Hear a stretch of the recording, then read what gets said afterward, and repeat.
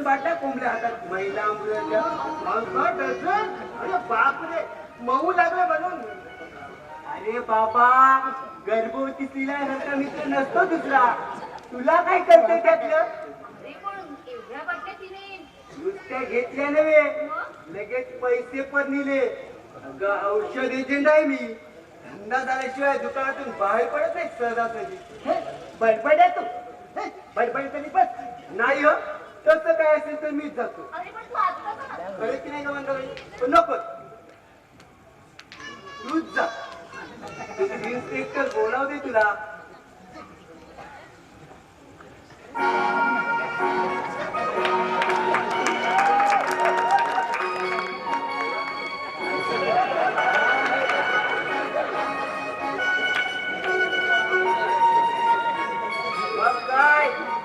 कधी उडवायचा बार?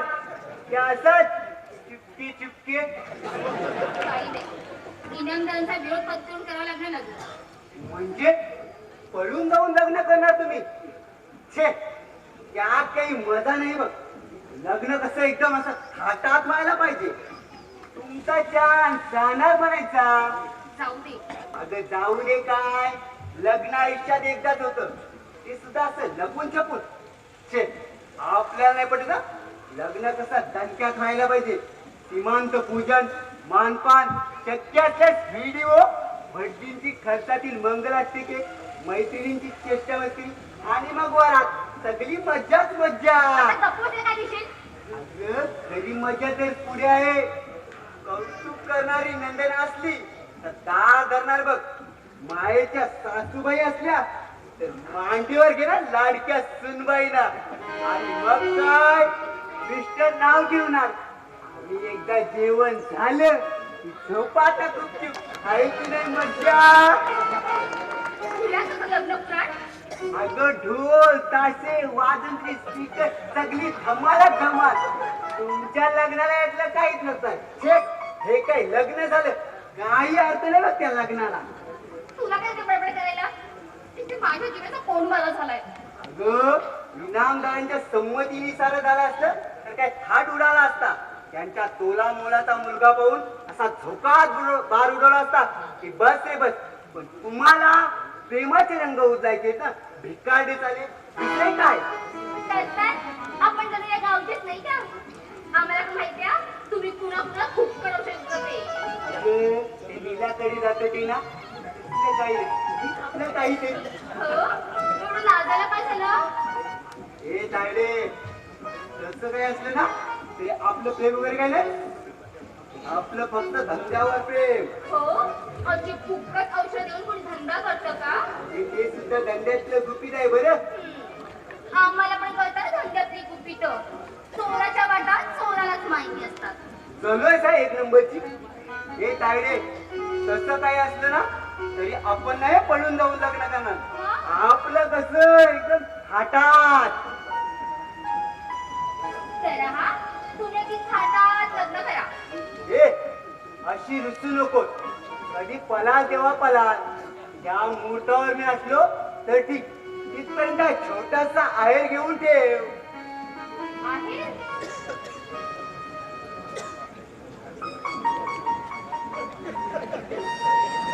या बाटलीतल्या गोळ्या रोज 4 खा. म्हणजे लग्न झाल्यानंतर भोपळी मिरची होणार नाही. हे बघ,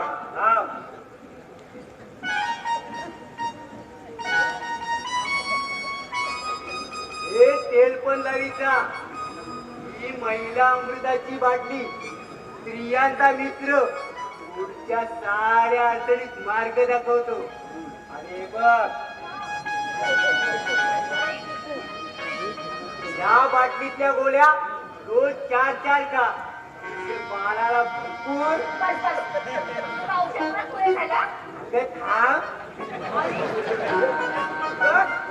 बघ. गुटिका बळवर्गणी बाळाला रोज दुधातून द्यायची. गुडगुडी देईल पट्ट्या. हे बघ, तू पण खा. काय कळलं? हो कळलं ना. दिवसभर औषध खायची. एकटीने नको खाऊ, थोडी खा. त्याला पण आठवणीन दे. अगं द्यायला पाहिजे ना काम करायला.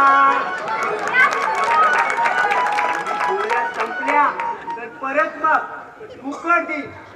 चल येऊ मी.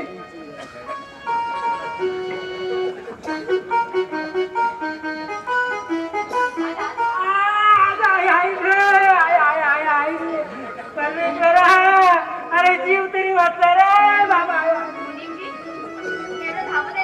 अगं धावलो काय, जीव घेऊन फळाला जीव.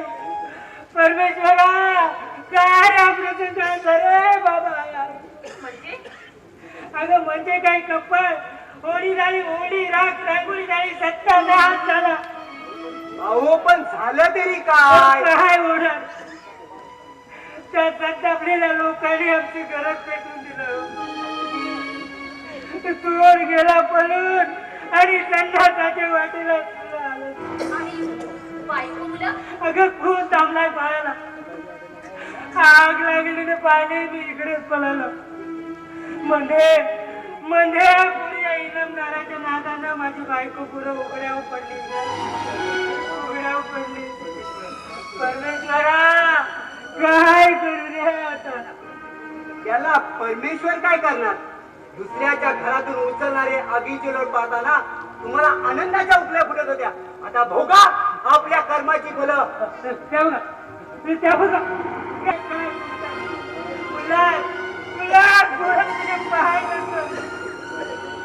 माझ्या बायको पूर्ण वाचो. तुझे उपकार विचारायचं नाही विचारणार. आणि बघ तरी तुला काही करता येतंय का. तू सांगतेस म्हणून पाहतो.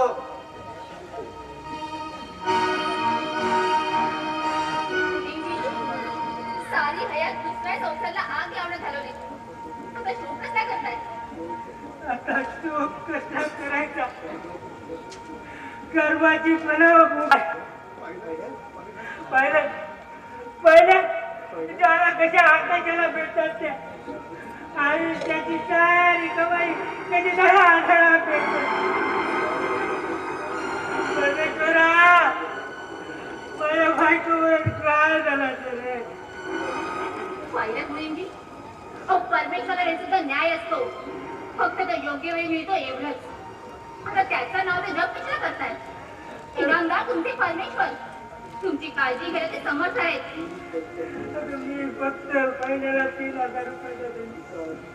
सुखात सर्व सोबती संकटाची 2 हात जाती जाणीव करावी.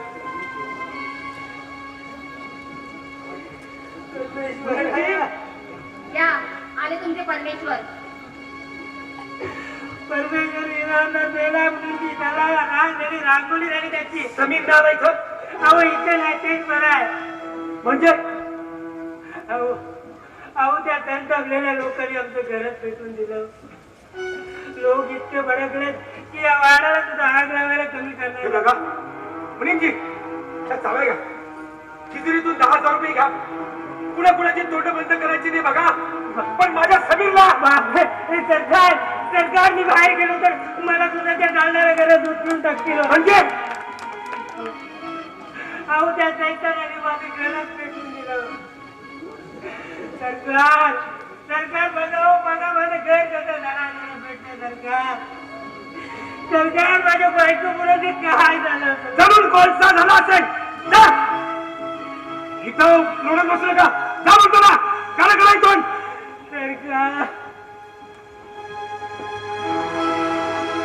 गळे काढून लढतायत ह्याच लेखाचे.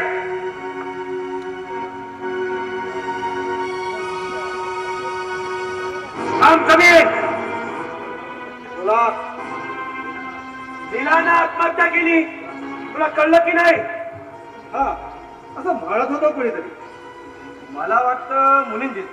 अहो करे ना का आपल्याला काय जातं. आज मुलींचीचं घर पेटवलं उद्या आपल्या वाड्याची पाळी येईल. बाहेर लोक काय काय बोलतात जरा ऐकलंस. आजपर्यंत कुणाची तोंडावर बोलायची हिंमत नव्हती आम्हाला. तू तिला शीनभ्रष्ट केली म्हणून तिला आत्महत्या केली. हो असेल कदाचित. आम्हाला खरं काय ते कळायलाच हवं. खऱ्या खोट्याची चाड बाळगली की नाजूकपणा नाहीत आपली बाप्पा. तिनं आत्महत्या का केली असं वाटतं तुला?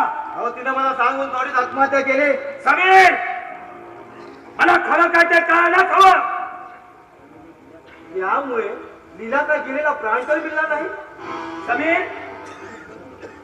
डोकं ठिकाणावर ठेवून बोल.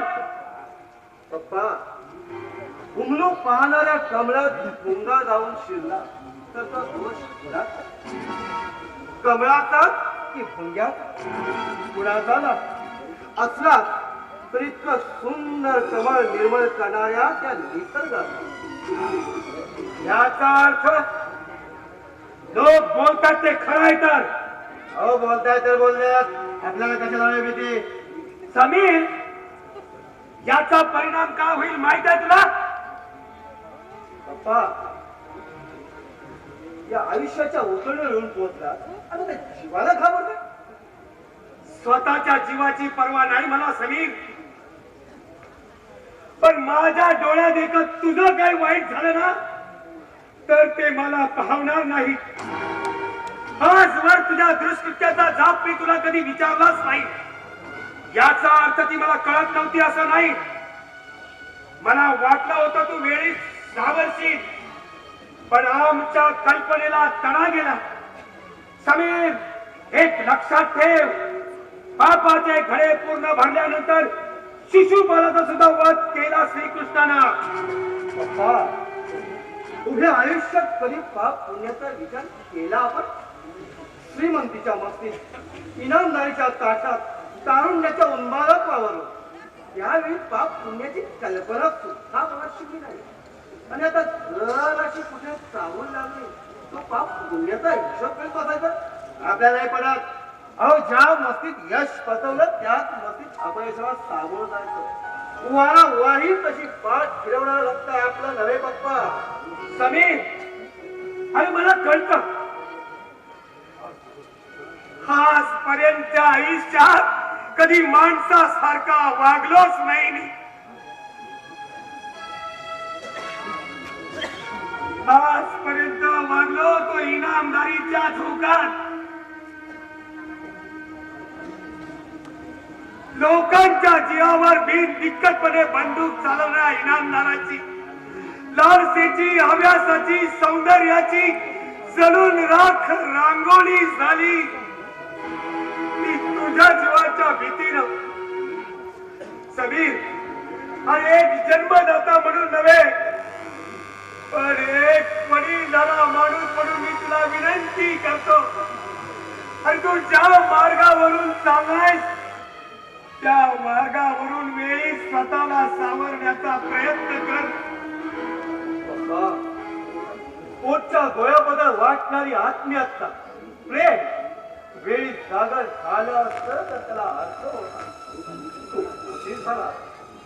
तुमच्या मायेच्या शब्दासाठी, मायेच्या स्पर्शासाठी मी तळमळत होतो. त्यावेळी तुम्ही पैशाच्या मागून मोकाट धावत होता. आपल्या पछड्याची, या इस्टेटीच्या वारसाची चिमुकला पावला आपल्याच पावलावर पाऊल टाकून चुकीच्या मार्गाने वाटचाल करत हे कधी तुम्ही मागे वळून पाहिलं? एवढा वेळ होता कुठे तुम्हाला? हव्यास, तुम्हाला हव्यास होता. लोक ज्याला सोनं म्हणतात तर जमिनीच्या तुकड्यांची अभिलाषा होती. गरीब शेतकऱ्यांच्या घरच्या सौंदर्याची, अडल्या नद्यांच्या घरी खोऱ्याला पैसा होतो. त्यांच्या घरचं सौंदर्य, लाज, अब्रू, दाम दुखतीला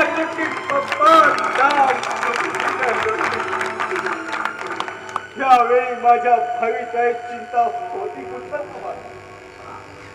पप्पा, पप्पा, मी लहान असताना ऐकल्यात त्या कुलशीलवान स्त्रियांच्या अर्थ काय आहे.